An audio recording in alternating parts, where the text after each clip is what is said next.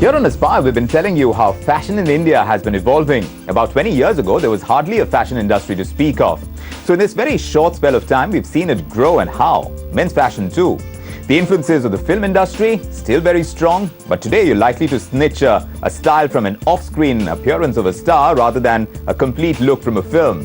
Men are becoming so much more discerning about trends, about stars, what would look good on them. There's been a tremendous evolution, but really, is it enough to compete with the international brands that are coming into the country? What has changed in the last few years, and where is the business of men's fashion headed? Let's get you a sense. Zipper jackets, tailored trousers and sturdy overcoats. Men's fashion in India has come a long way. 20 years back, men's fashion was highly influenced by what people saw on celluloid, largely the fantasy world of Bollywood.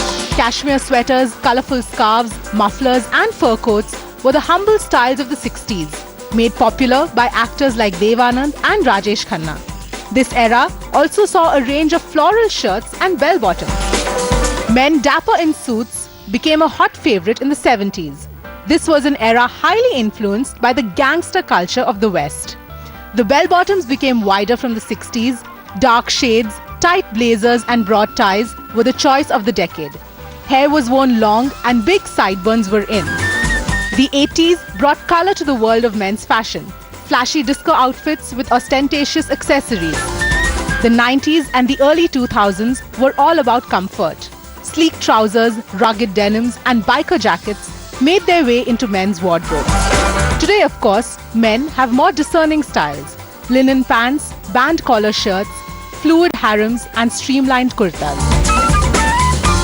With international brands like Canali, Xenia, Hugo Boss, Brioni, Armani and Burberry setting up shops in India, each bringing in a certain exclusivity to menswear. In the mid-2000s, Canali launched their Nawab collection, the tailored bangalas, the erstwhile Nehru jacket, and Jimmy Choo ventured into men's footwear in 2011 in India. Among the first few Indian designers to venture into menswear was the duo of David Abraham and Rakesh Thakore. In the fashion business for over 23 years, they set their rules, sticking to their design philosophy. But ever since, in the last decade or so, a new crop of designers have swooped in.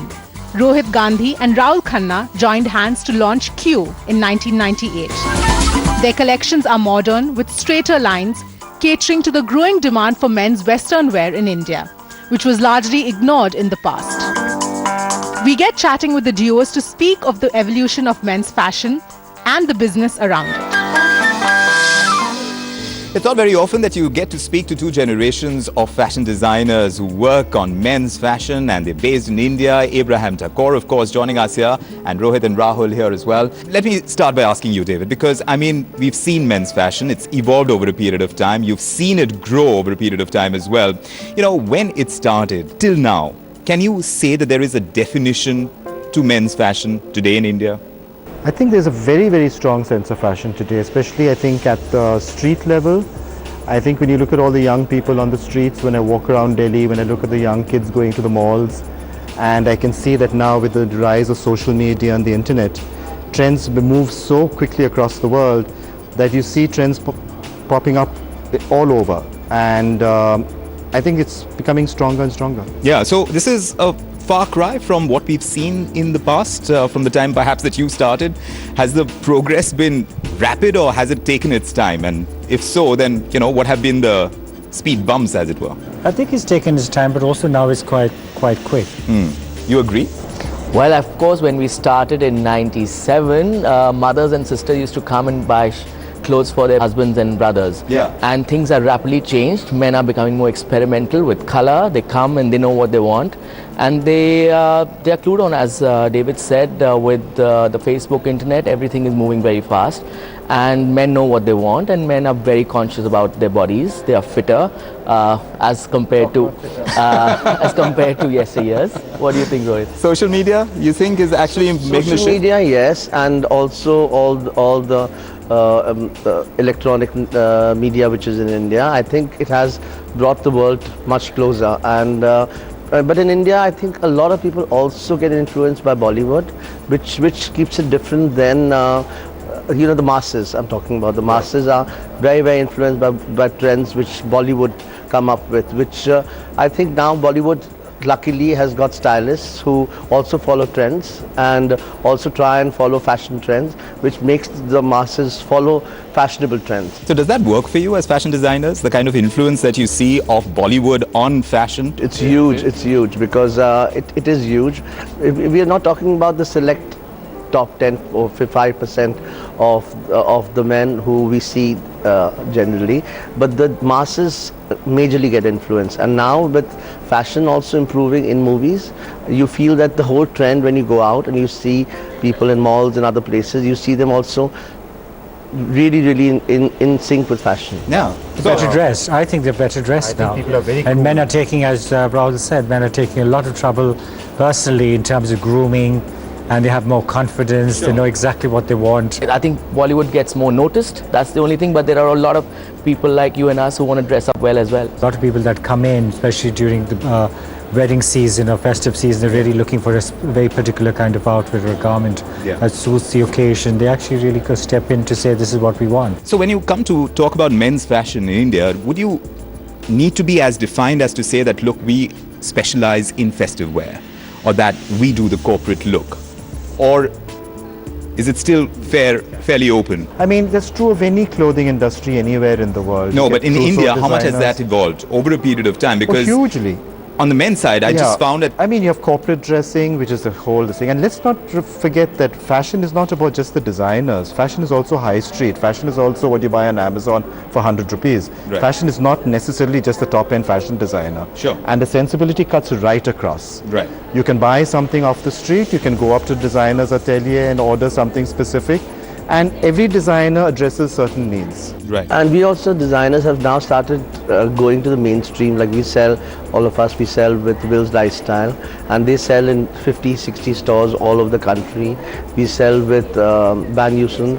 So again, we sell with several stores. So it's not only confined to what they come and buy from us and what they want specially to be made for themselves. They also pick up ready to wear, which is, we are also a brand. Now we've reached out through these brands, through, as they said, through other channels. portals, yeah. We've reached a lot more people now. You know, at one level, we were talking about bespoke, and that was the only way to be. And then you had your Pret lines, and there was nothing in between as such, really. Then you had your neighborhood tailor, who would do a fine job in the past, but I mean, only so much that he can do, right? Yeah.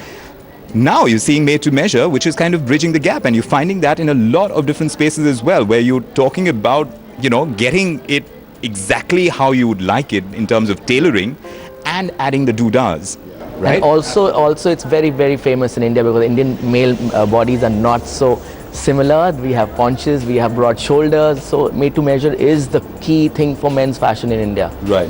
Here you're looking at businesses growing in so many different fields, right? I mean, a .com for just about everything that you can think of. Why has it not happened so much in the fashion business, especially for people who have such huge heritage? You've kind of created a definition for yourself, for your brand. Why haven't we seen that kind of interest really take off and see it go to another level altogether, considering the options are so I many? also find that a bit strange. I think it may also be a partly a failure of the corporate industry, because the corporate industry, from what I can see, is much more comfortable buying a foreign brand and bringing it into India than investing in local R&D and developing their own brand. Historically, we've always brought brands in.